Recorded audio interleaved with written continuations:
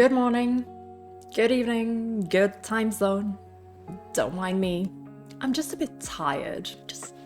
My arms are a little sore from all the rowing I've been doing lately.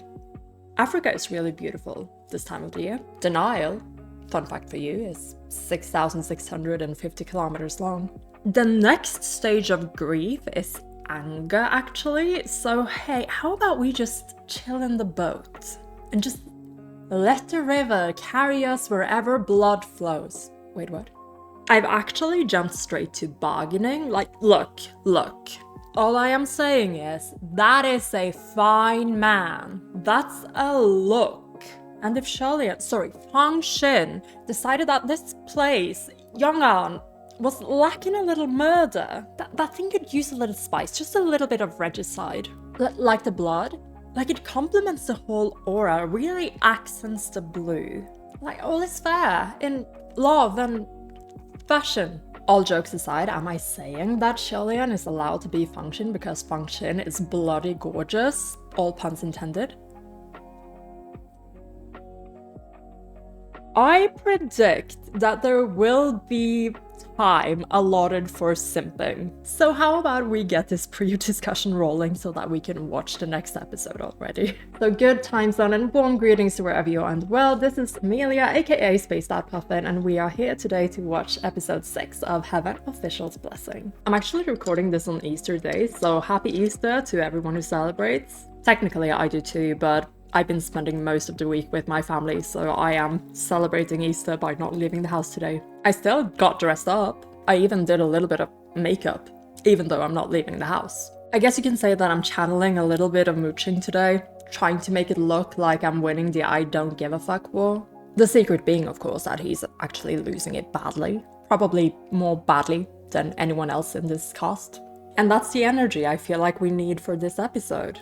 Now, there has been a couple of changes since the last time you saw me film a reaction video to TGCF. The first thing being that I have a whole new setup. I bought a new computer. And I've been spending this week setting it up and trying all my softwares and everything, and it's a dream. Like, you mostly don't see this, but with my laptop, I have struggled a lot with getting these recordings to run smoothly. Because there's so little computer power in the laptop, it keeps lagging. Sometimes I have to pause a recording or a reaction and just wait for everything to go back online before I can keep going. And from now on, no more of that. Hopefully no more recording issues, hopefully no more technical difficulties, and I am so hyped up about that. And of course, this is possible because I have amazing followers. Like, I've been saving up for a few months already, like with my own income, but your generosity made this possible to do a lot earlier than I thought I would. Like, I thought I'd be getting this maybe in July, and here we are, it's April. So as per usual, I will be mentioning all of my followers who donated to my corkboard fund. And now hopefully the editing process will also go a lot smoother now that my computer can actually handle the software without crashing out every 10 minutes. So seriously, thank you guys so much for helping me run this channel so much smoother than I would have been able to on my own. And also, like, this is a big addition to my private life as well, so I'm going to have so much fun with this. I'll be able to play games that I haven't been able to in years because my laptop is shit. So both as the person running this channel and as me personally, thank you guys so much for making my life so much easier. And I hope you enjoyed the preview that you will be getting of this video. I do have some other fun things planned for this community and channel as a whole. I'm still working out some kinks and I have to get in touch with a couple of people, but let's just say that if you enjoy exchanging greeting cards, just keep an eye out. Hopefully by the next video I film, I'll be able to tell you more. Another fun thing that has changed and has changed kind of the course of my TGCF journey, or rather something that will affect me going forward, is that I read the prologue. Yeah, if you mostly keep up with my Donghua reaction videos, you might not know this, but I already filmed and posted the first video in my book reaction series, which is a read-along of the prologue of TGCF. I'll put it up here somewhere in like a card or something. You can check it out if you want to. In that video, I do discuss what I thought about the prologue and about the writing and about the themes that they're showing us. But most importantly, and what I'll also bring up in this video, is What do we learn about Lian? In the prologue, we learn a lot about the history of Shanle, about the rises and falls, yes plural, of the Shanle Crown Prince, and a little bit about the young Lian's personality and the choices he made. His strengths, his flaws, the fact that he's never really faced hardships before his kingdom began to fall, and that he doesn't necessarily deal very well with these things happening. All of this is told in a very oral sort of fashion, kind of like a storyteller to people and travelers at the inn. Like, it has a sense of gravitas, but also a bit of humor, and I really quite liked that. However, that also means that a lot of these kind of story beats have been simplified and generalized in the prologue, and I think that's done on purpose. By which I mean the prologue kind of tells us what happened, tells us about some of the choices Lian made, some of the things that he ended up doing. However, it doesn't expand on any of it, and I want to know the full story behind all these things, because I'm sure that is going to change your perspective on the prologue. That's probably very much done on purpose, and I'm super excited to understand stuff about this that I know you guys already understand. But that said, I do not doubt that Lian's own kind of youthful sort of arrogance plays into the creation of this tragedy. And that's another thing that I kind of got out of this. Like, this is a tragedy. And one of the tragedies in it is how Lian was really so fucking young when all this happened. He ascended at an age of 17. And while I did make a point about how it might not have been a very smart thing for his dad, the king, to order the construction of all of these temples and stuff after he ascended, there is also an argument to be made for grief. Gods are apparently not supposed to go down to Earth, to the mortal realm again, and meddle in mortal lives. Like, there is a sense of his parents losing their only child in all of this as well. And his ascension at such a young age, without having really faced any hardships and always succeeding in all the things that he wants to do, definitely played into whatever happened around 800 years ago and in the time after for his second ascension and all that. At what level though? To what degree? Like, I'm excited to read about that. I already know that some of these books will bring that up, and I'm really looking forward to those flashback arcs. I guess my point in all of this is that I will definitely be more aware of Lian going forward, because I'm already reconciling the story about this very young prince and then God with the image I have from watching the Donghua. Like, 800 years apart, this is a very different character to that young prince. But all that history and all those choices are still a part of Lian. And the fact that we now know that he has acted in desperation before makes what we're seeing in the Donghua right now a little bit easier to conceive of, is what I'm saying. Oh boy. Is that land ahead? Am I ready to disembark? To leave my oars behind for the truth?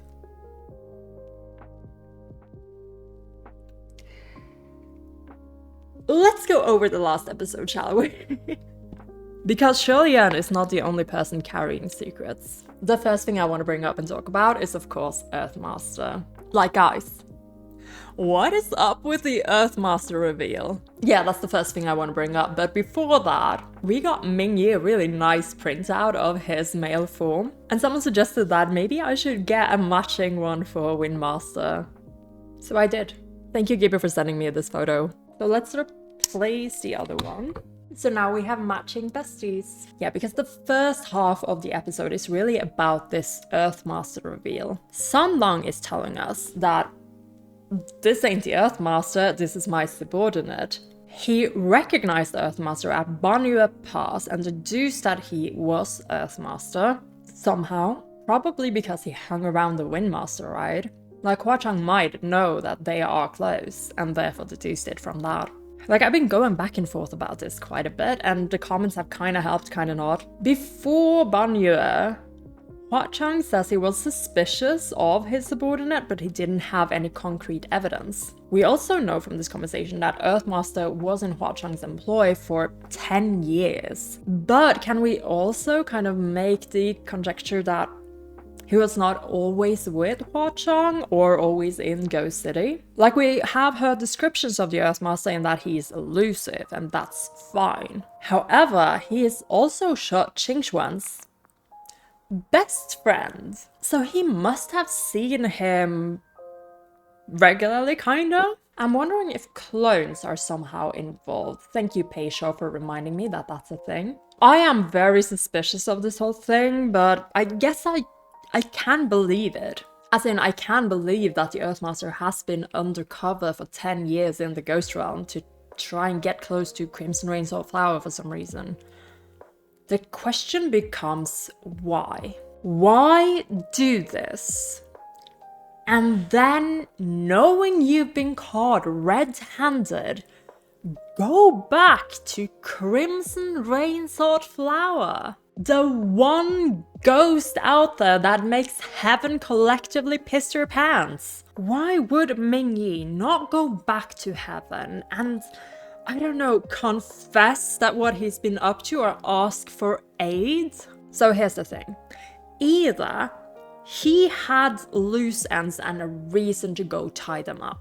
Like, there was a reason why he needed to go to the mortal realm, and it was a coincidence that Hua Chang went hunting for him and found him. That was not part of the plan. An unintentional meeting. Or there is still beef to be uncovered here. And whatever Earthmaster's deal with Hua Chang is, it is probably personal. Something he wouldn't want revealed to heaven or other heaven officials. This makes more sense to me as well, because I don't think that being a spy for heaven in the Ghost Realm is enough to warrant souring beef leaf, so to speak. And another thing is that Sandang warns Lian not to get involved. So what exactly is he protecting him from? Either way, we will be keeping our eyes on Mingyi. What exactly did Earthmaster do in the Ghost Realm though?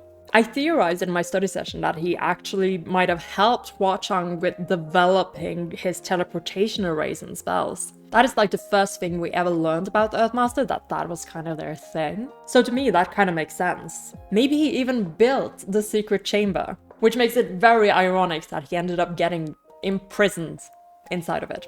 Either way, the episode doesn't give us any of the answers, because Mingyi is conveniently out cold and cannot defend or confirm against anything that Hua Chang says. And yeah, without that opportunity to talk to Mingyi, it very much makes sense to me that if you happen to be the Windmaster, to just not let Crimson Rain Salt Flower pull the rug out from underneath you. No matter that your new friend seems to be nursing a major sort of crush on him. Like, you understand the pull of bad boys. But you also understand the pull of not letting your face get more cut up today than it already has. So you get out your fan and oops, wind, chaos. The scene is so good, actually. There's so much tension in all of this. Like, everyone is acting according to their own convictions. Like, Lian personally needed to talk this out. Like, he had questions. There was like Lang Ying on the floor, and Earthmaster was in Hua Chang's dungeon, and he needed to figure this out and talk to Hua Chang, and rightfully, probably, thinks that Hua Chang would answer him. But Hua Chang also has something that he wants to protect Lian against, so he is, you know, pretty hesitant. But would they have gotten there? Would they have had this conversation? We do not know, because chaos, and I love that actually. The tension is...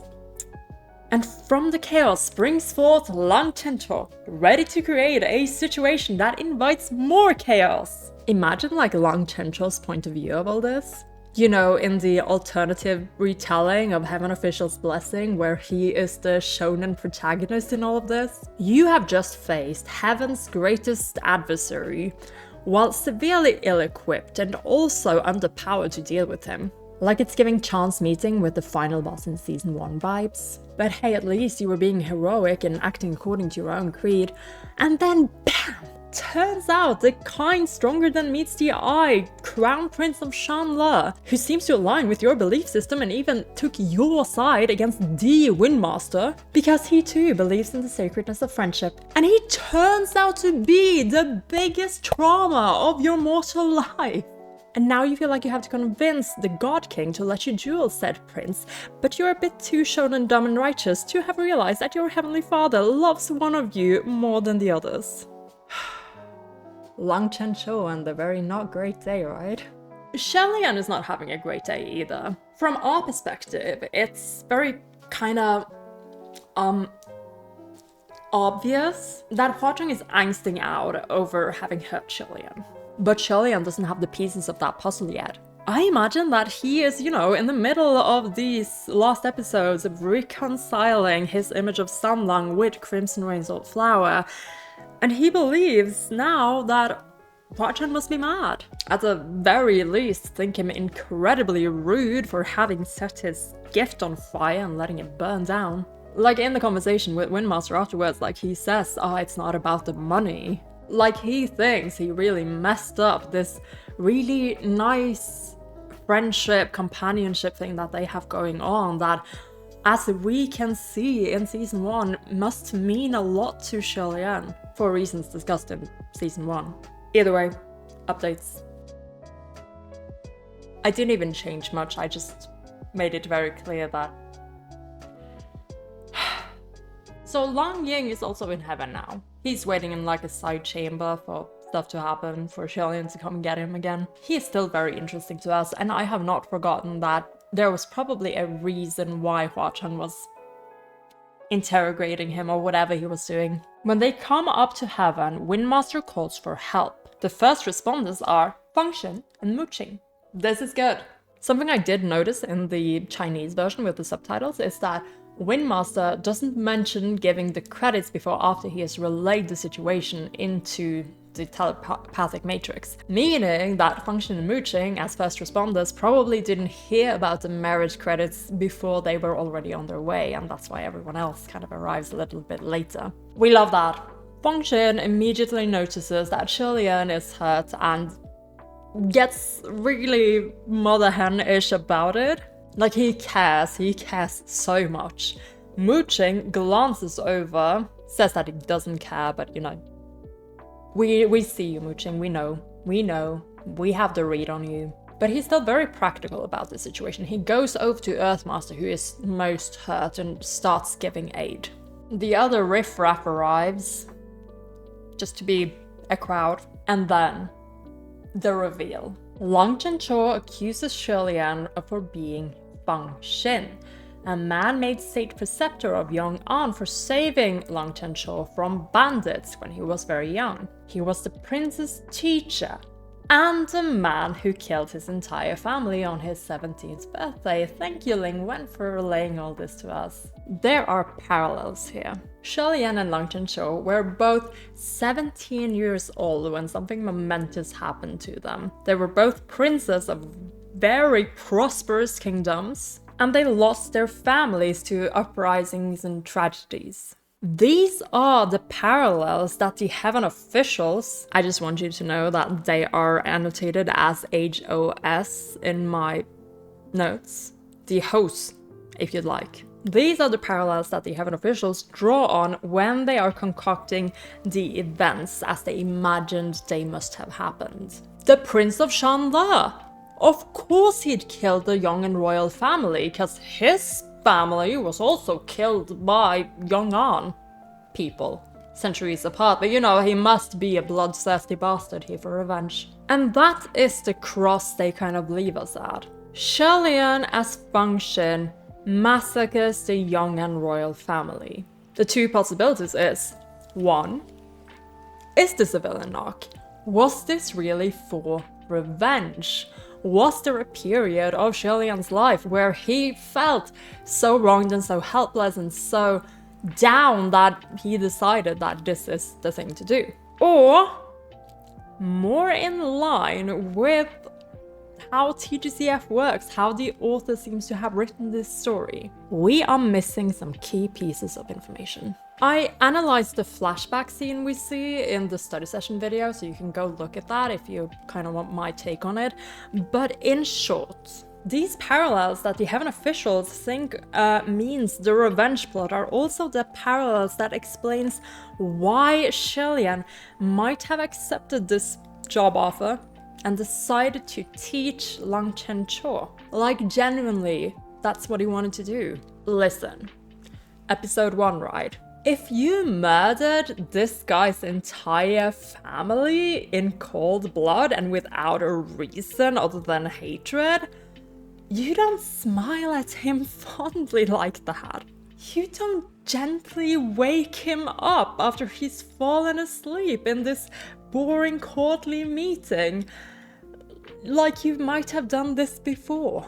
Like, I caught onto this even after the first episode, like Shilian cares for Lang Chen-cho. We are missing some key pieces of information here. Like, the one thing we do know is the conclusion to all of that. FANGXIN was killed by Lang Chen-cho and sealed within a 3-layered coffin. Visually, we see Lang Chen-cho kind of put a stake down. Like, we see kind of that flash in from Shilian's memories. Because of the visual representation, we can't really tell if it's a nail in the coffin or if he actually pierced that through Shilian. Either way, Shilian doesn't die, or rather he experiences death and comes back to life. Still a bit muddled on that one, and it's been a while since we even talked about Shilian and immortality. I'm hoping the books are gonna make this a bit more clear for me once I actually get into them properly. But it leaves us at a little bit of a, okay, how long were you in that coffin, Shilian?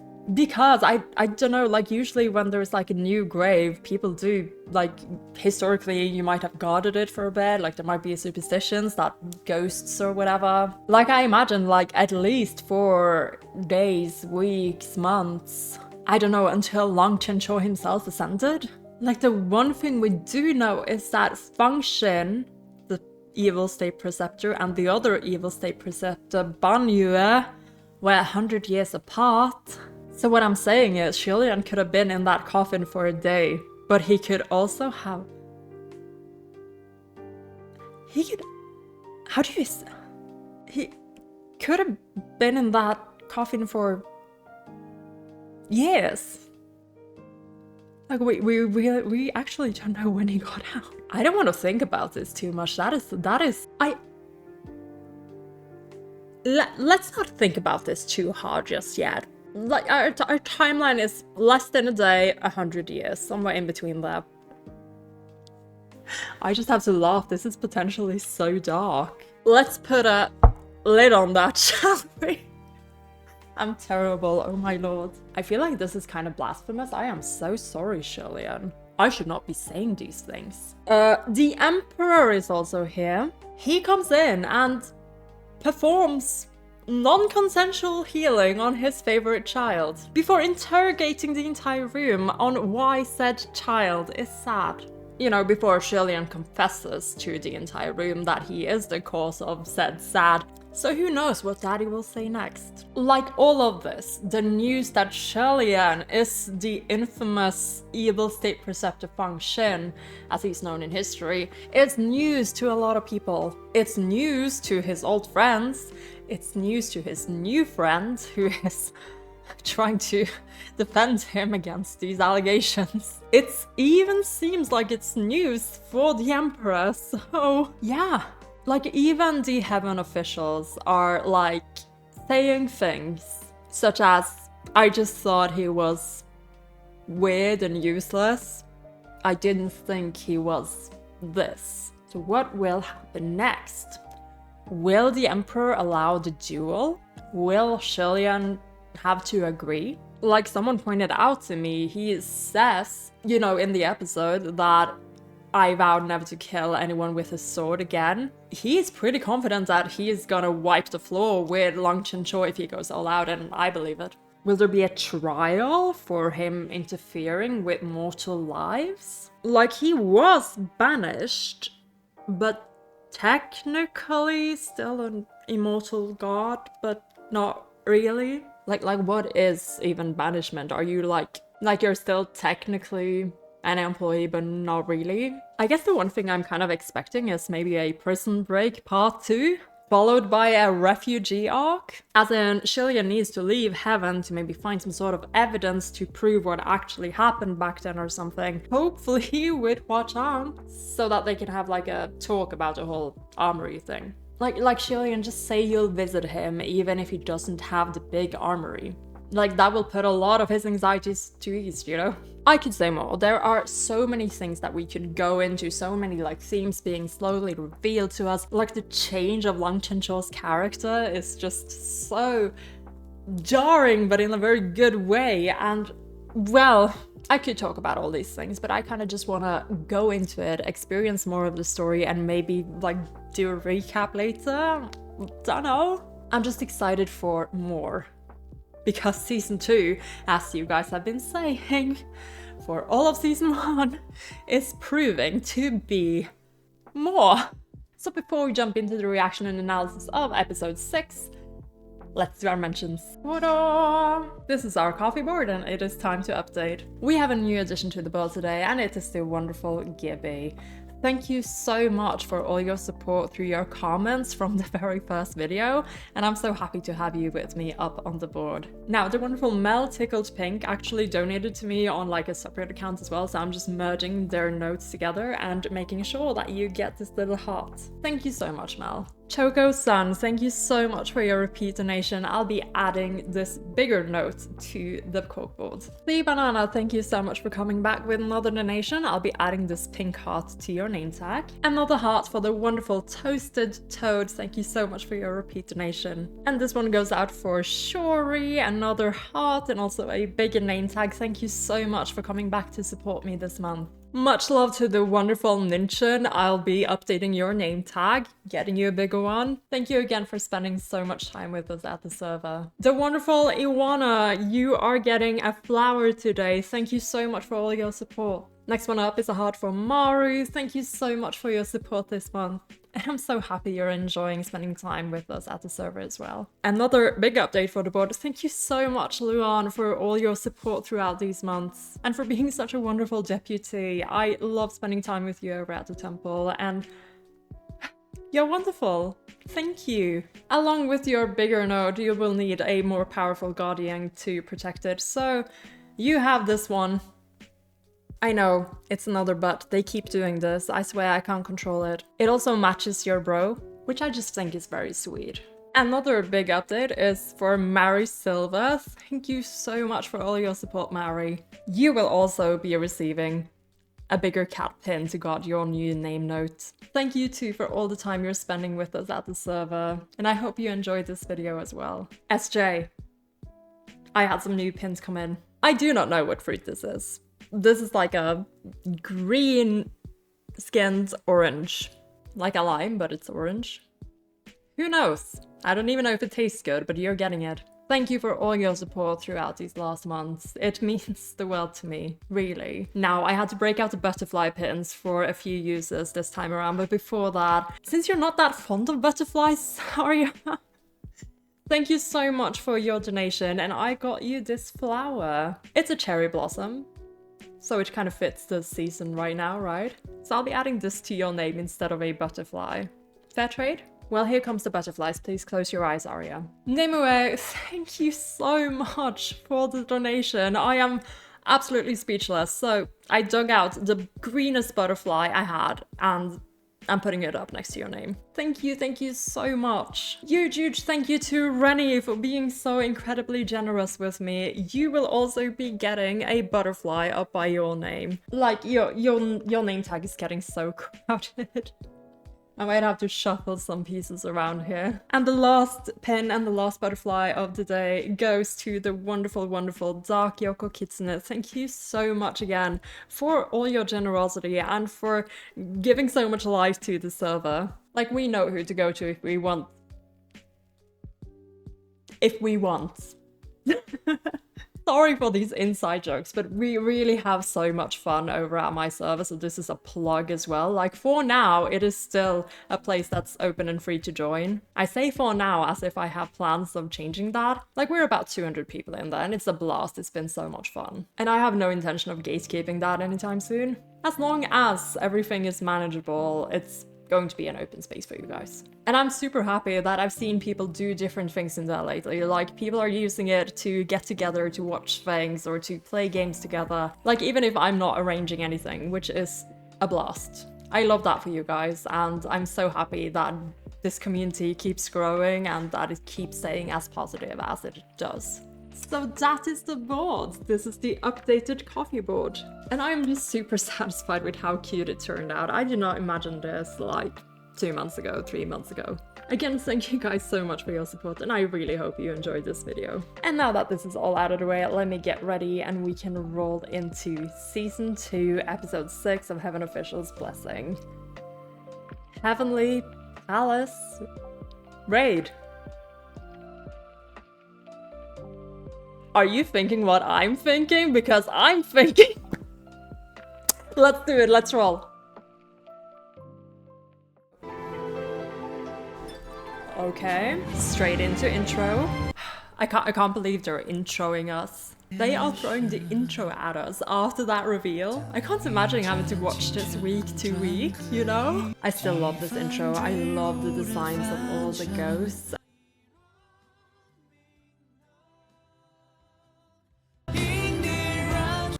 Yeah. The plot looks good. Like, is this supposed to be the Gilded Banquet? Like, you've got, like, your bloody sword and, like, all these items around. Like, they look like they're gold details. This could be the Gilded Banquet. The tear. We have mentioned the tear before, and now it's just so in my face. Like, whatever Shillian... Okay, let's just go with it. Let's just stop the charades. Whatever Shillian had to do back in Yongan at that time, it was not something he enjoyed doing. Why else would he cry about it?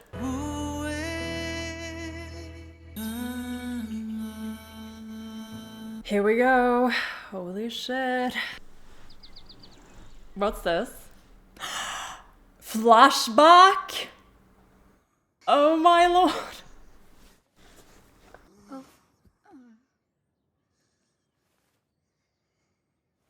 Oh my god. Master, teach me a new technique. I already have to pause. I was not ready for this. A flashback.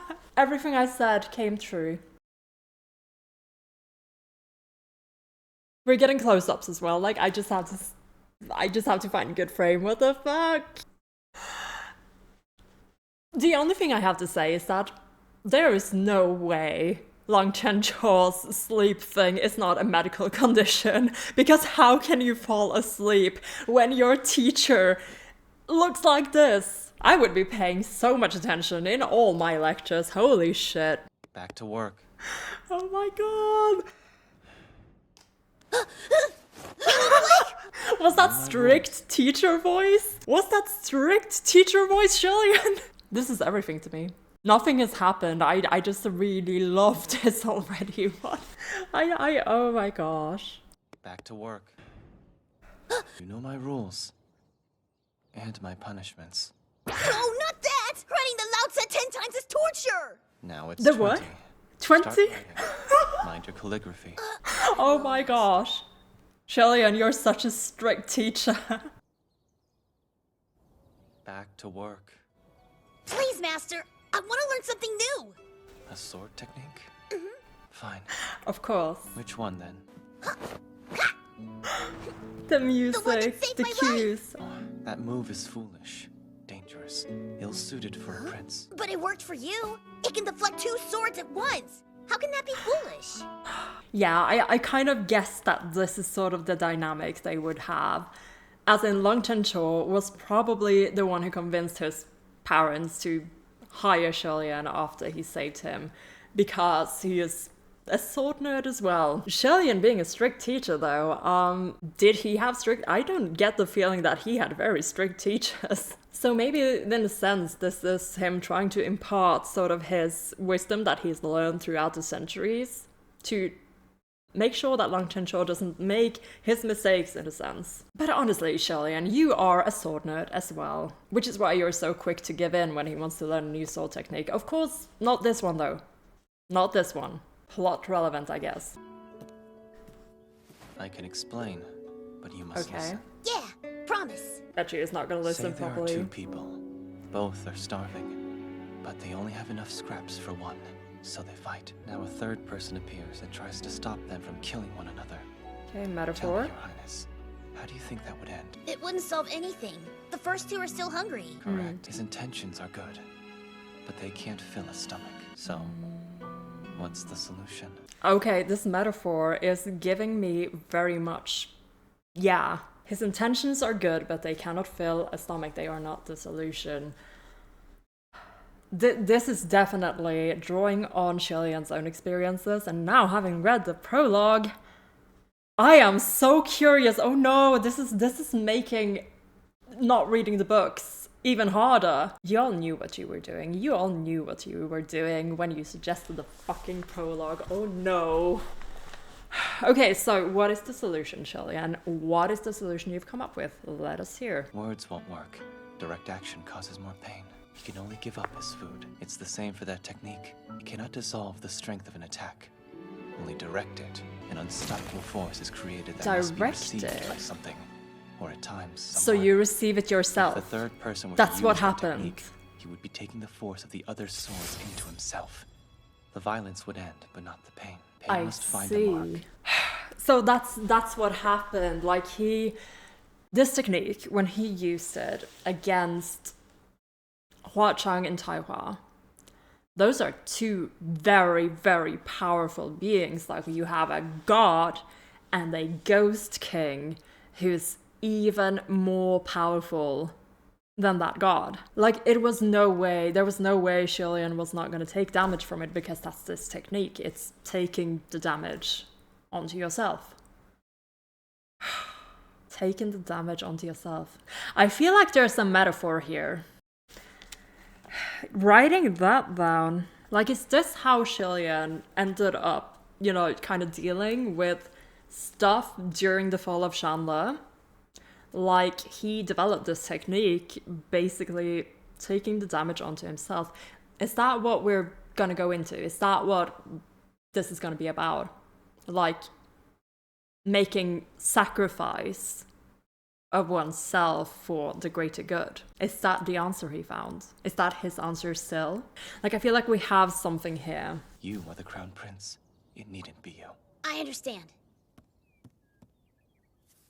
You have a question? Master, what if the third person also doesn't have enough food? Or say he does, but the other two get greedy and demand more from him. They could keep taking and taking from the third person until they all have nothing. That would be a problem. How would you solve it? Oh, that is honestly so don't know. teacher of him. If that's the case, it might have been better to never have intervened at all. Oh god, oh gosh, this happened too quickly. FANGXIN! That fucking soul though. You must hurry! I'm coming! Stay away! Oh my lord. You must. What? There he is. No.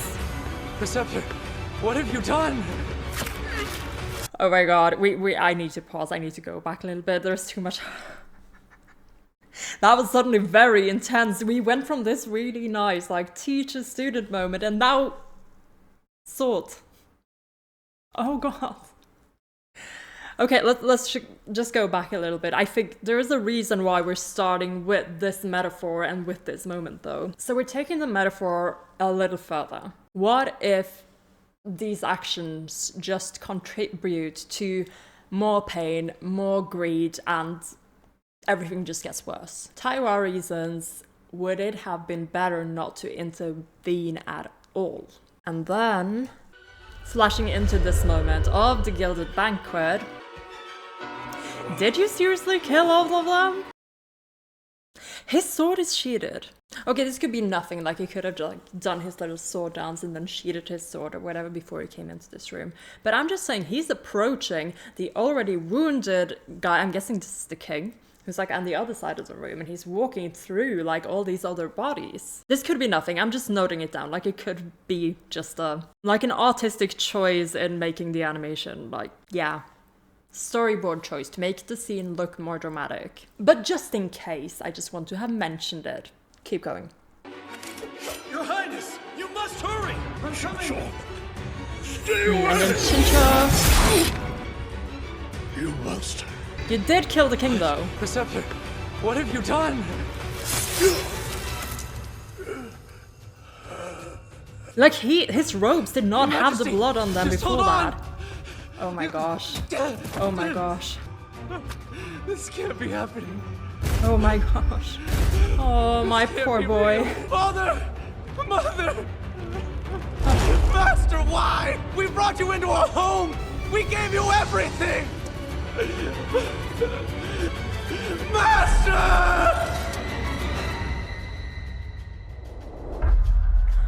What did you say? Oh my gosh, we're going back to this. That's painful. Oh my gosh, Lang Chencho. You didn't tell him anything, Shelley, and you didn't say anything. What happened? What happened? Why would you let the kid get traumatized like that? Adding to your fucking track record of this. Oh my lord. Oh, Shellyan. Okay, we're back here. We're back here. Assuming that flashback is a combination, it seems like a combination of Shellyan's memories and Lang Chencho's. No, scratch that. This is Shellyan's. This is Shellyan's memories. Because Lang Chencho was asleep at the beginning of the memory, and he wasn't there at the very beginning of the Gilded Banquet memory. These are Shellyan's memories. And now we're here in the Heavenly Court. What is gonna happen? So you admit you're a monster. That's good. How would this be resolved now? Hard to Oh say. my lord. Prince Shinlu was a favorite. That was in the beginning. Remember, they had a huge fight after his second ascension. That's right. Now they're Didn't talking he stab about- the Emperor several times. He might be. Yeah, okay, now they're being Can't see the explicit policy around just it. had erected for Prince Shinla. Can't still be mad. He has some powerful backing, Which means one thing. This is going to get messy. Okay, at least the gossiping crowd is right about one thing. This is really fucking messy. Like they say, he is the Emperor's favorite, was the Emperor's favorite. They're talking about like his first ascension probably, but you know, guys, pay attention. He is still the favorite. But because, although Shellyan is now saying, yeah, Taihua is right, this happened, I was involved with this. While he's saying that, like, this is new information for the Emperor, apparently, right? This is, I don't imagine John Woo is very happy about this turn of events, you know? Okay, he has a bold request. Let's hear what it is. Sire, I have a bold request. You may speak. I wish to be stripped of my divinity and then banished. What? Oh my god, Shellyan, stop! You earned your place here. I only want a duel. And I don't want to fight you. Why not? You fought me before. In the past, we fight now. You will die. I don't care. You can keep your mercy. I want to end this. Sire, will you send me away? Stop! Your Majesty, please. Oh my god, I wish to totally speak. rolling over him. You're just, yeah, Taiwa's not getting a word in, like, oh my. Yeah, John Woo is not looking happy about this request at all. Oh my lord. Like, okay, so twice now, Shellyan has been banished, and then heaven brought him back up again. Like, he can't stay away. They won't let him. As in, the fates of this universe or whatever. Like, if this tells us anything at all, it's that if anyone is deserving of godhood here, it's Shellyan. Fucking thrice ascended. About to be fourth time? Is this gonna happen? Is he really going to banish him? But either way, Shellyan is a bit like getting ahead of the game here, trying to be like, banish me. I did wrong, do it. Like, my first instinct is to be like, no, Shellyan, what the fuck are you doing? But at the same time, maybe this is actually the best route to go, because if he gets banished again, like, one, he pays off his debt for this stuff, as in he takes a punishment for something that he believes he should be punished for doing. And, you know, he has a place to go now.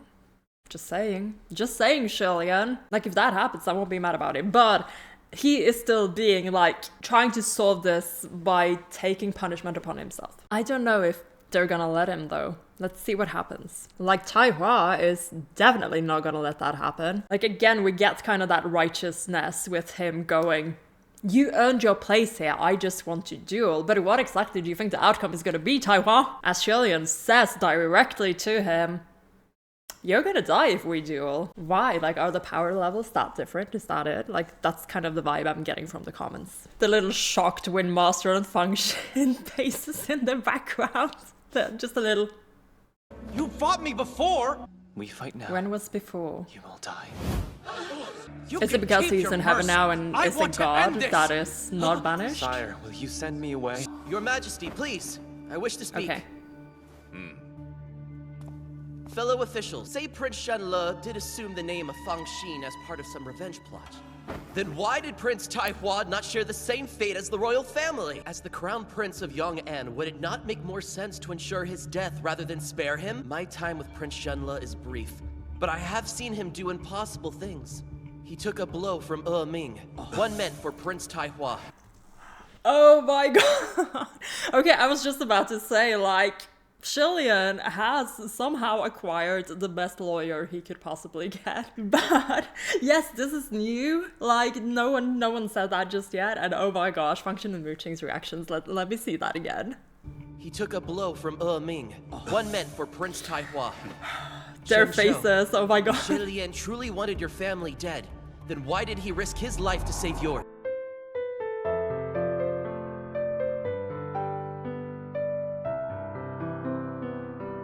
Who among us would stand against Ming? Other than the Emperor, who here could survive a wound from it? Shillian, apparently. Exactly. There is cause for doubt here. Cause for investigation. Who knew Prince Shenle had such righteous friends in his court? Pei Ming. I'm almost envious. Not for me. Pei Jr. He had none. That case is not this one. I saw what Pei Jr. did, and he told me what he did. Were not His Highness Shenle's crimes witnessed by Prince Tai Hua? Did he not just admit to them?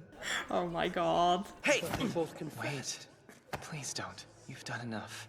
Okay, but I just want to appreciate just Xia Qingquan here. Like, he knows when to get serious. And if there's one thing he knows how to do, it's to talk the talk. You can really, like, feel him switch into, like, proper heaven official mode. Like, this is a game he knows how to play. Of course, he's at a disadvantage because he doesn't know this story and he hasn't heard it from Shillian yet. Like, Windmaster, this is the point where you say, I'd like to speak with my client.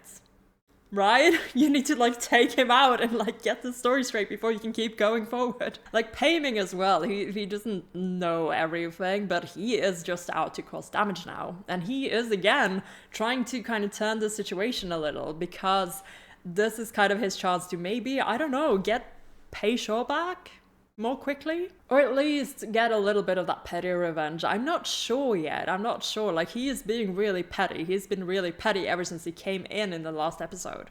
Like, not outright villainous, but, you know, he's not making things easier. Okay, let's hear what Shillian has to say. He's gonna calm down Xia Qingquan a little bit. I'm grateful for your help, your support. You've done enough. And I'm grateful.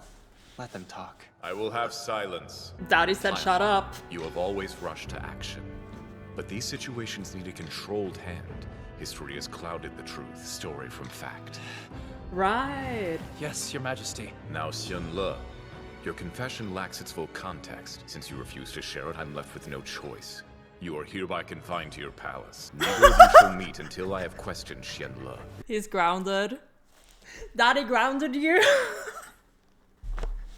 Oh, this tension. Okay, well, His Majesty makes a point, though. It's been 100, 200, 400, it's been hundreds of years. History has muddled the facts, so even though Pei Ming knows the history from the history books, and even though the heaven officials know about FANGXIN and stuff, like, the details are muddled. It's how stuff like this works. Like, you know, the victors write history, the people, like, whatever happened with FANGXIN, it was written by the survivors, you know? Like, Yong'an people wrote about what happened. Obviously, they are not gonna portray this person in a very good light. So yes, Taihua is, you know, the best source we have, or Heaven has right now, aside from Lian, who...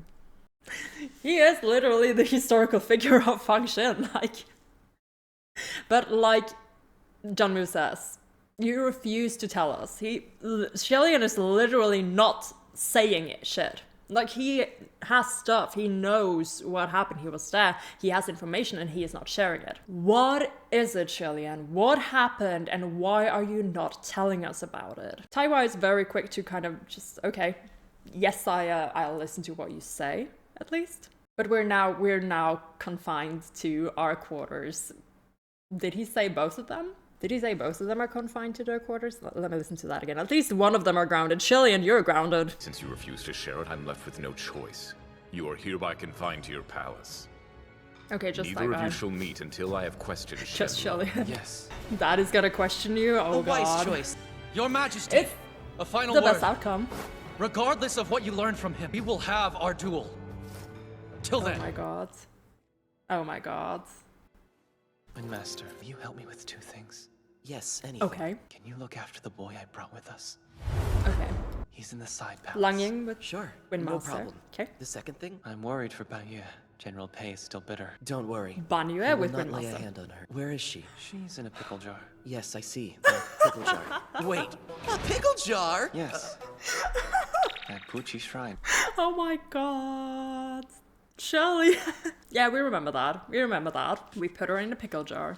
This is the first Banyu mention, like proper Banyu mention since episode 1. We might get to see her this season. We haven't seen her this far. Okay, we're collecting the children. Shellyan's basically like, well, I have to go to holding jail. Can you take care of my kids? It's so nice. It's so good. Yeah, I can't reach their dad on the phone right now. That's cute. That's so funny. Wait, a pickle jar? Yes. No rush. But she might need to get some air. Your Highness, let's go. Of course.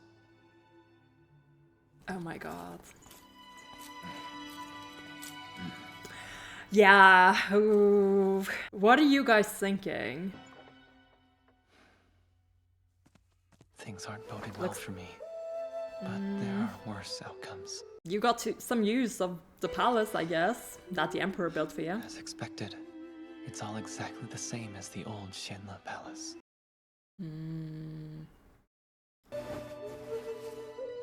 It doesn't seem to make you particularly nostalgic or happy. Just saying. I'm Of sorry, course. Sanlan. Of course. Right. Of course you're thinking about it. I'll make things up to you, though I'm not sure how I'll do that after I'm banished. But what I have, every scrap, I'll give it all up for you. Why is that? Like, we've seen Taiwa's parents murdered on screen. And him like crying out to them, and like that was sad and shit, but this got my eyes prickling. Oh my god. There's just, oh my god. There's an earnesty in this that just, it's so fucking touching. Like, he's just thinking about how he left Wachang in the fires, the whole armory burning down, all that hard work going away, you know? And then he's like, I don't know how I'll make it up to you after I'm banished, because, you know, he can't no longer receive merit credits or whatever. But I will give every last scrap. That got to me. That got to me. This scene got to me. Like, just how genuinely bad he feels and upset he feels about this happening. Oh, okay, I'm glad I took that pause, because I was like, there were tears coming out, and now I managed to stall them. This was good. This is good. Let's go back a little bit. What I have, every scrap, I'll give it all up for you. I forgot about these. Oh, the dice. Oh no, are you gonna open the door? The luck's run out. But that might still have triggered a teleportation array. Hello? Mooching? What? Expecting FANGXIN? Huh. I wouldn't hold your breath. Oh my god. The Emperor was I clear. love this. You're stuck here until he says otherwise. I couldn't just bump into you. Mooching, you're losing the I don't give a fuck war. You are losing so badly. Oh my god. What did you bring? Slinging around that bloody arm of yours isn't the best. Medicine. Oh my god. Use it or don't. But you're not getting any more help. He's right. The Emperor just stopped the pain and bleeding. I can use it a little, but there's no sense in leaving it untreated. Fucking mooching. That's fast. Thanks. So, did you That's really fast, slaughter the that's young and high royal grade. family? Oh my gosh. How did you do gosh. it? What are you doing here? What are you doing? Oh my god. Of course, both of them are here. Oh my gosh. Oh my gosh. Let's one more time. How did you do it? What are you doing here? Is that lashes? Who I cares? just realized. It's not like it's They your gave him palace. lashes. I'm a guest. Same as you. Your Highness, what you said in the Palace of Divine Might is true. There is no reason to doubt any of what was said. Every word is true. Cut the act. I mean, at this point, who's the sad face for anyway? Not for you, obviously. Get lost! That is rich coming from you. How long did you stick around again? If I remember, it wasn't that much longer than me. Oh my god. Boys. Guys. If it wasn't obvious that they're junior officials by now, like this scene just like confirms it. They're acting exactly the same way. Okay, I want to listen to this conversation again. This is important to me because we have been waiting for this. We have been waiting for a chance to see the Chandler trio talk together. It's not going well so far, but this is still their conversation together. Their first proper one out of the skies, face to face, you know. Okay, let's give it a go. There is no reason to doubt any of what was said. Every word is true. Cut the act. Okay, confession. I mean, at this point, who's the sad face for anyway? Not for you, obviously. Get lost! How long did you stick around again? If I remember, it wasn't that much longer than me. That's enough. Please stop. People say you left because you couldn't bear seeing your master fall from grace. But that's all just talk. We know the real reason. Do we? You didn't want to waste the rest of your life cleaning up after a broken man. You shut your mouth! Oh shit! FANGXIN, Is this please. where we're headed? Oh my god. They're going down. for it. They're not listening to him. I think everyone is as vile as you, but I'm not happy to see him suffer. You're a hypocrite.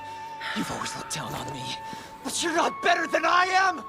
Oh my god. We're getting... Oh no. We're getting some information here. Like, we're getting some background information here. Obviously, like, we already know, like, that this is a very sore topic for them. And in their own way, that's why they keep showing up to try and help Lian out, right? But we're getting some pieces of information in addition to the fact that this is a very, like, there are a lot of high-strung emotions here. Like, you have the flute in the background, like this is sad, like this is a tragedy. It's a friendship that's gone bad because of whatever happened in Chandler in the past.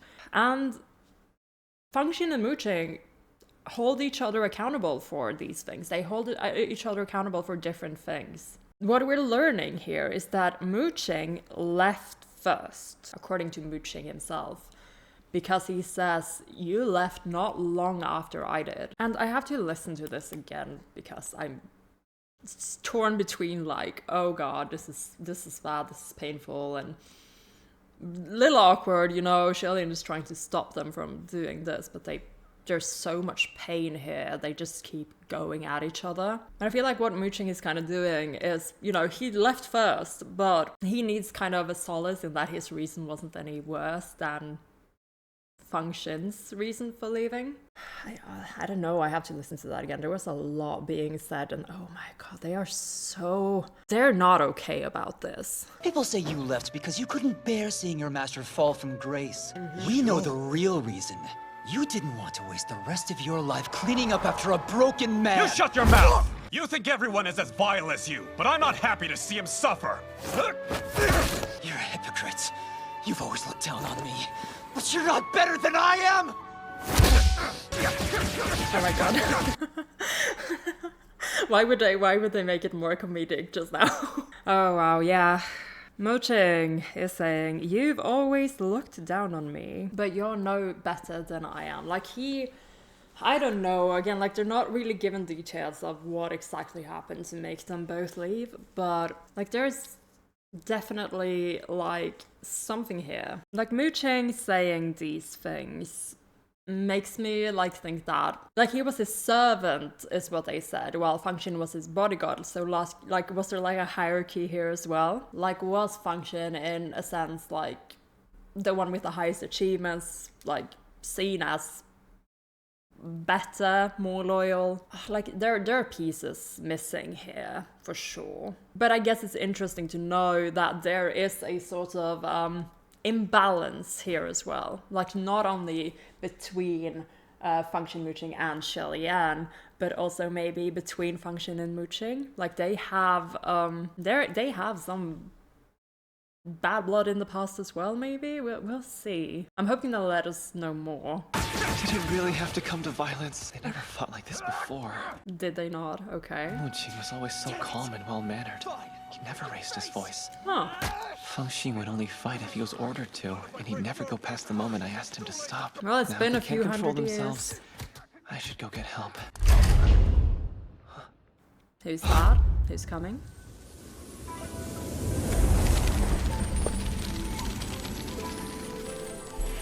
With the opening music? Are you for Shield! Oh my god! Your Highness, come quickly! Get behind the shield! Don't worry, FANGXIN, he's okay. Your Highness, don't touch that thing! It's incredibly dangerous! Are you for real? But it's so cute. Oh my god. Oh. Okay. Your Highness!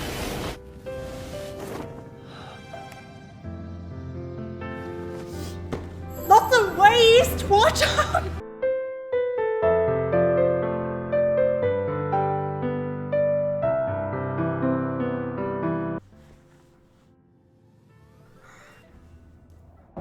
Are you for real?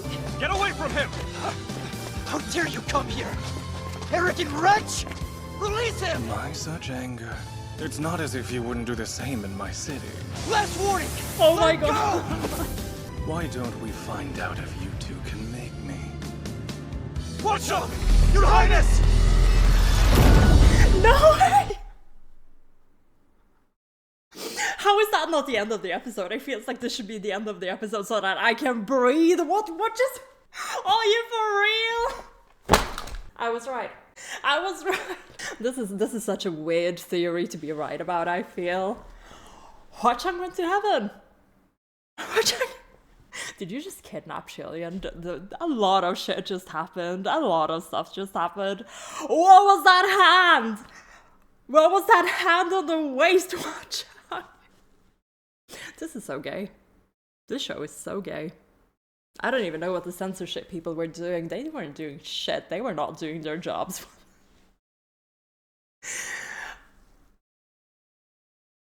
One more time. You know what we do here? We do it one more time. Okay, taking the break to just make a small note on the fact that FANGXIN and Mooching have changed their behaviors as far as Lian remembers them. I mean, they were in a different sort of situation back then to begin with, so many reasons why this would have happened. But Mooching used to be more mild-mannered. That is not the impression we have of him at all. And FANGXIN used to always listen to him. Well, they are their own gods now, so, you know, they're not used to not being in charge anymore. But yeah, there are so many high-spun feelings about this, which is why we're getting this scene, I'm guessing. And while they're busy squabbling, fighting amongst each other, Hwa-Chang comes in. So did Lian, like, open a door by just throwing the dice earlier, right? Now they can't control themselves. I should go get help. Yeah, Lian went to get help, but then the doors open. The teleportation stuff activated, maybe? This is so cool. And of course, oh my gosh. Don't touch that thing! It's incredibly dangerous! It's cute. But it's so cute. Oh my god. Oh my god. Hello again. Hello again! Release him! Am I such anger? Why don't we find out if you two can make me? Oh my god. Your Highness! It's so good. Oh my god. Sanlang, why are Your you? Highness, where are you? I'm here. Oh, telepathic. What's going on? Which highness are you talking about? What happened? I'll tell you. Lian just broke out of his palace. He broke out? One moment. How Imagine did you he were break there. out of Shenle Palace with a bunch of junior officials standing right outside? That's not what happened, and you know it. We both saw him run off with someone. He didn't Well- run off. He was kidnapped. So who's really right? I'm just saying, I feel like they're both a little right. Like it was definitely a surprise runaway situation. As for kidnapped, kinda, sorta, maybe. I don't know, I feel like Shillian was pretty okay with what was happening the moment he realized that it was Sanlang. Just saying. Okay, so we're going into the telepathic matrix to try to contact Shillian. That's the first thing they're doing. And then they're shouting at everyone else to kind of get attention around this because, yeah, a ghost king literally just stepped foot in heaven. Hwa-Chang, usually when you are taking someone from their house, you ask their parents first. I don't imagine that would have gone well though, since he doesn't like Jungwoo. Like a little bit of a I'll have him home by 8. I didn't say which day. Oh no. Okay, let's see what happens. Who would dare do such a thing in the capital? Or brazen enough to do it right under the Emperor's nose. An official from the Hall of Lingwen says the palace is empty. True? Your Highness, can you still hear us? Can you tell us where you've been taken? Excuse me. He's there. Everyone, please stay calm.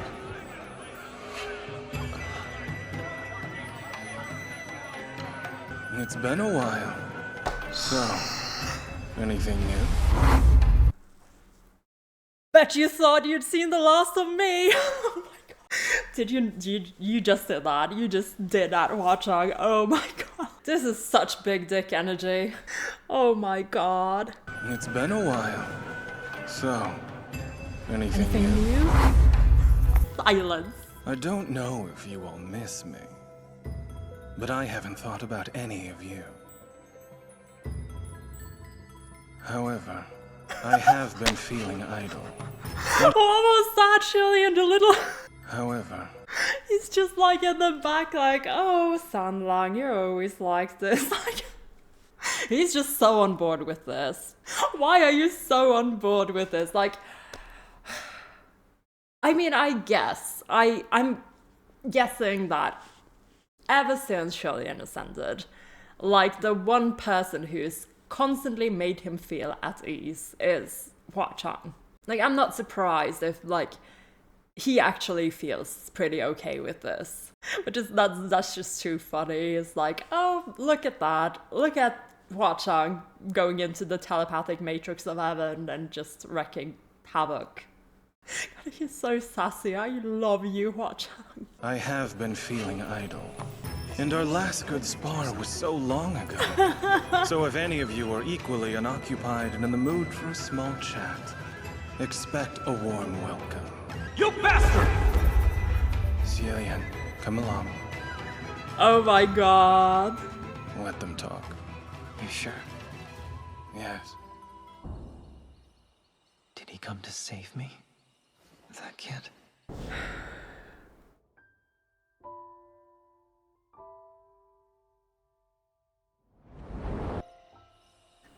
Oh my god, that flashback. Sanlang has no reason to do that. No reason to do that, what do you mean? I mean, we know. I took Paradise Manor from him. Naturally, he would. The whole thing? The whole thing, Shillian? Was it the whole thing? Was it the whole house?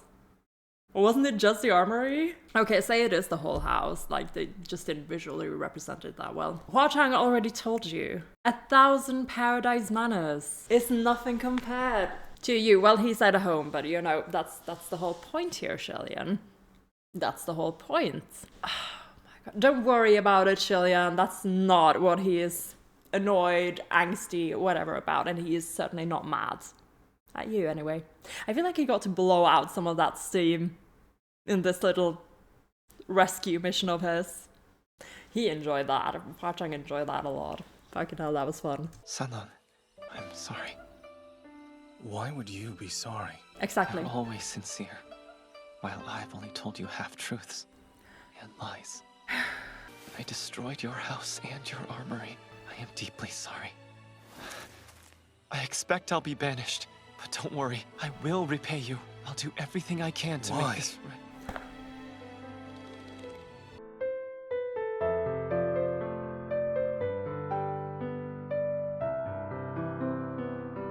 You have nothing to repay. I am the one in debt. I took from you. Your blood was spilled because of me. If you mean my arm, it's fine. But I wounded you. Why do you not demand requital? Why do you laugh and not cry? Tell me.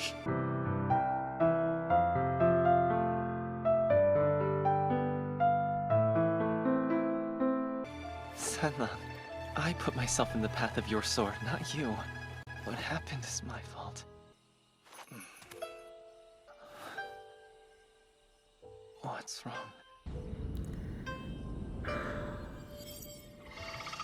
Oh my god, Abby.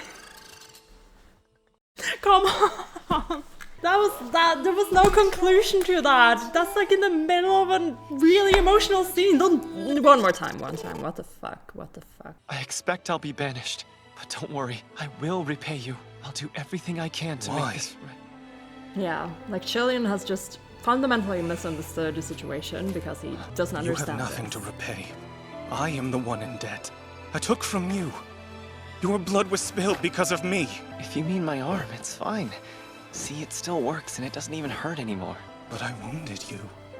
Why do you not demand requital? Why do you laugh? Oh my god. Why do you laugh and not cry? Oh my god. This is... I think we're poking at something really important here.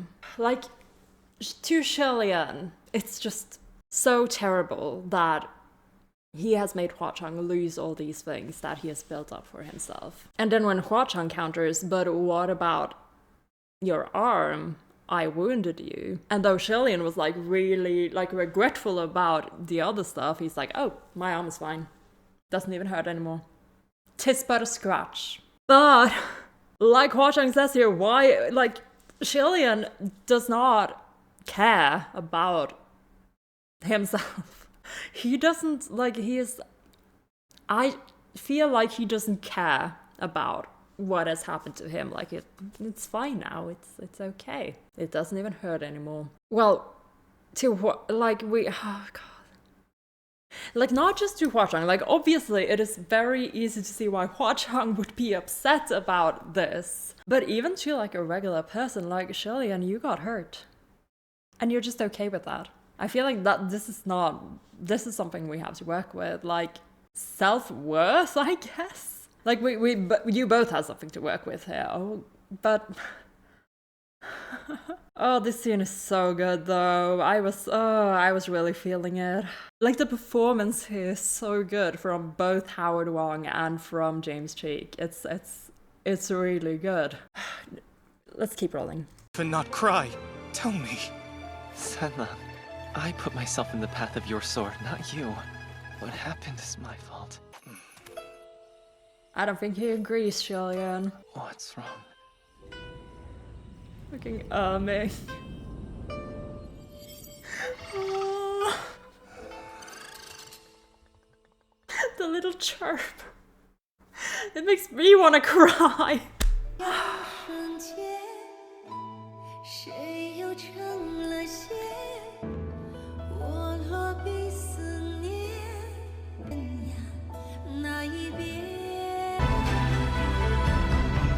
Wow.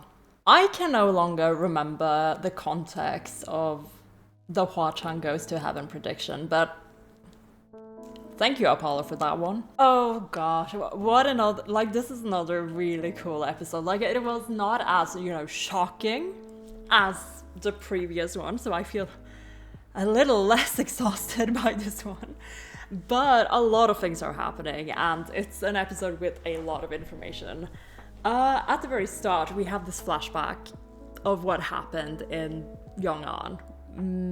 Very likely from Shilian's perspective of things. And we are getting like a little glimpse into this metaphor, which is about his sword technique and why he won't teach it to Lang Chen-cho, but also why he is using it himself. The whole point of this technique is that the third person who deflects the two attacks takes the damage of it, the intent, the pain, upon themselves. Taking damage onto yourself. That is what Shilian is doing, and that, I feel, is what he has been doing for a while, and also what he keeps trying to do. I think this is kind of integral to our understanding of Shilian as a character. He would rather suffer instead of letting other people suffer. Okay, I have a couple of things that I just remembered, like, thinking about this. The first one being from the prologue. In the prologue, we can read that Shilian's biggest dream, goal, whatever, aim is to protect the common people, to save the common people. And I already suspect that when he failed to do so, using, you know, his regular approach of wanting to do it and then I make it happen, and Chandler falls anyway. I feel like this approach is kind of what happens. Like, he starts doing things that damages himself, either metaphorically or physically, in order to save others. But as the metaphor goes on, with Tai Hua kind of questioning it, what if your actions turn into worse things happening, things escalating? Then wouldn't it have been better not to interfere at all? And I feel like this is also a metaphor for Shilian's first ascension and then banishment. Like it says in the prologue, like, if Chandler was hanging on by a thread, then the crown prince cut it. Like, I feel like this is... I would not have read into this as much if I hadn't read the prologue, so that's happened now. Thank you, guys. This is where we're at. So that's one thing I just remembered. The other thing I remembered is that Shilian was pretty much ready to just, you know, jump into the pit and, like, die if need be. Like, he would have jumped down instead of letting the little kid fall down in the Banyo arc. And he didn't know at that time that, you know, everything was going just well down there and that he was going to get caught by Hua Chang. I feel like that was like a bit of a tangent. But still, like, there are several instances of this. Like, Shilian taking onto himself or planning to take onto himself other people's damage in order to save others from feeling the pain. So either way, we have that whole flashback. God, he looked so good. We have that whole flashback, and then we go back to heaven. We end up, well, rather the Emperor ends up deciding that we are grounding Prince Chandler. So we're putting him in his room, his pretty little room that Daddy built for him. And while we're kind of waiting for things to happen, Mooching and FANGXIN are not gonna, like, just stand by. This is news to them. They do not know what Shilian has been up to. And they go to him, and the first thing, like, Mooching comes first, and he says, "Don't hold your breath, FANGXIN's not gonna come. You knew he was gonna come. Come on, Mooching." And he brings medicine because he wants to help Shilian, and he is really losing that fucking I don't give a fuck wall. Then, you know, he's there because he wants to know what's going on. He wants to know if this really happened, and his first question is, you know, how did you do it? Before he can get his answers, FANGXIN arrives, and it is a battle of words and fists from then on out. I guess my conclusion from all of this is that the beef FANGXIN and Mooching has might not solely be related to Shilian. Like, they had beef between each other from before as well. For what reason? I don't know. We still have to uncover that. And I'm guessing that when we go to the flashback sequences, we will learn more about this. Lian is a bit like, oh my god, they came to my house and now they're fighting it out and they won't listen to me like they used to. They have changed a little bit over the last hundreds of years, of course. So Lian is going to get help. But instead of getting help, I'm guessing from the junior officials outside the doors open and voila, it is a teleportation spell. And I'm guessing it has to do with his dice that Lian had, like he was able to open it somehow. When did Hua Chang build a teleportation array into heaven? Can he just make them happen wherever? Like, this one is specifically in Shanle Palace, aka where Lian is supposed to be when he is in heaven. Like his little room, his little house.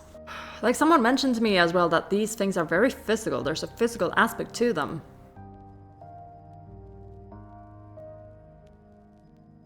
You don't reckon that? No, why would Earthmaster do that? Like you don't, my thought was you don't reckon that, well, Earthmaster might have maybe helped him build, you know, the chamber that he has in his mansion, Paradise Manor.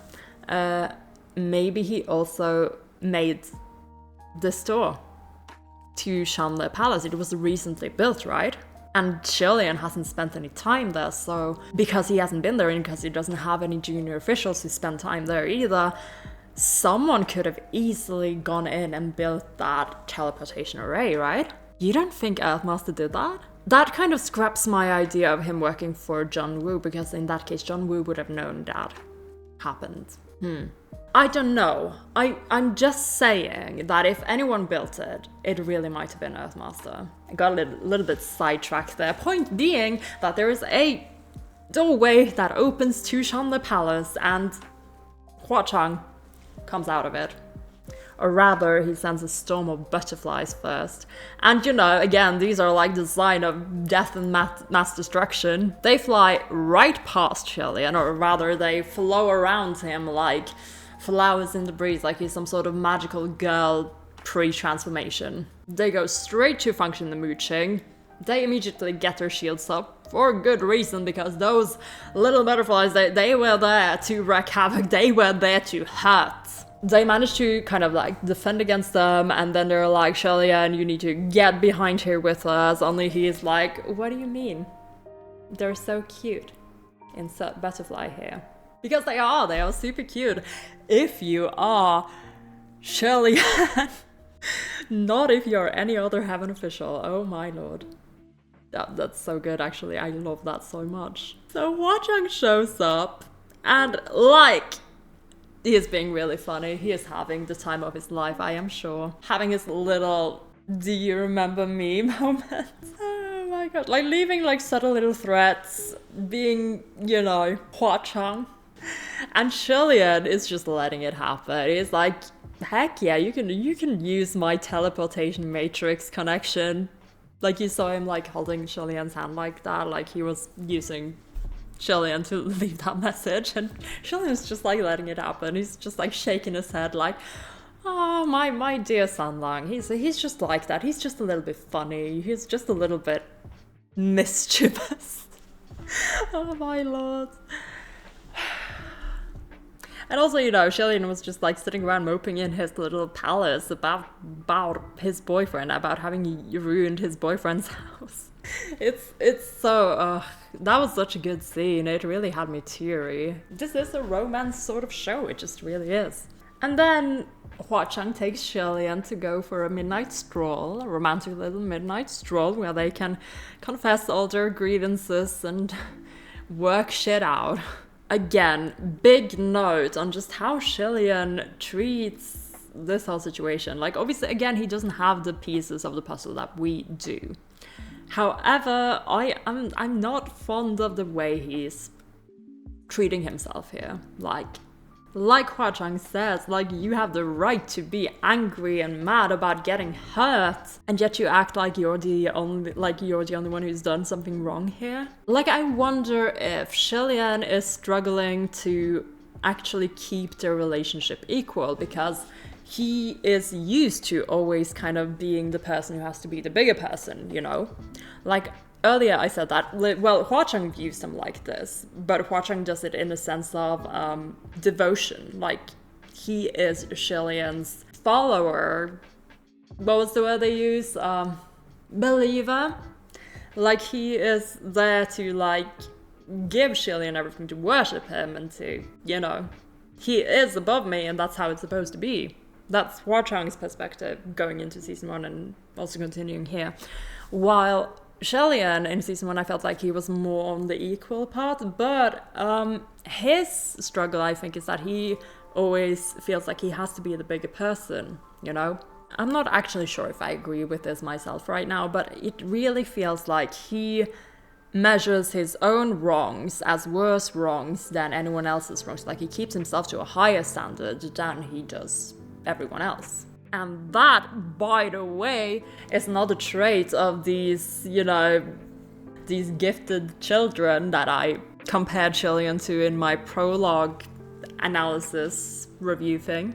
Creating higher standards for yourself than for anyone else. This is also a trait of perfectionists, and that's kind of like the person I imagine Shillian kind of was as a child while growing up, and I don't think those traits are just like easily left behind. Like, he is... oh my god, that actually hits really hard. Like, he is holding himself to impossible standards and to higher standards than anyone else, and he is punishing himself for these things. Like, he is already, before anything has been said and done, asking the Emperor to punish him by stripping him of his divinity and banishing him again. Because that, to Shillian, is what he deserves. Again, we don't actually know the details yet. I might actually be a bit off here. But it's the vibe I'm getting from Shillian so far. Like, we're uncovering new things about this character thanks to both the prologue read-through and because of this episode. And we end this episode in the middle of this conversation, and that is so annoying to me. Like, we don't get to the end of this, we don't get to the climax of this conversation, we just end in the middle where we see Erming fucking crying, and that made me want to cry too. But again, this is so exciting. We have gotten to the part where we are no longer in heaven. This might be the refugee/runaway arc I was talking about.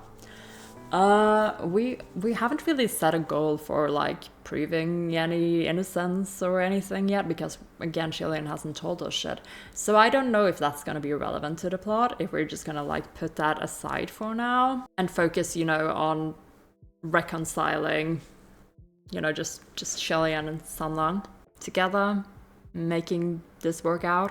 Like, we might be focusing on that for a bit before we go back to this part of the plot. But yeah, they've successfully run away.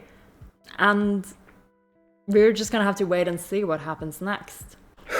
I am really hungry right now. Like, it's way past lunch. It's actually more like dinner time here soon.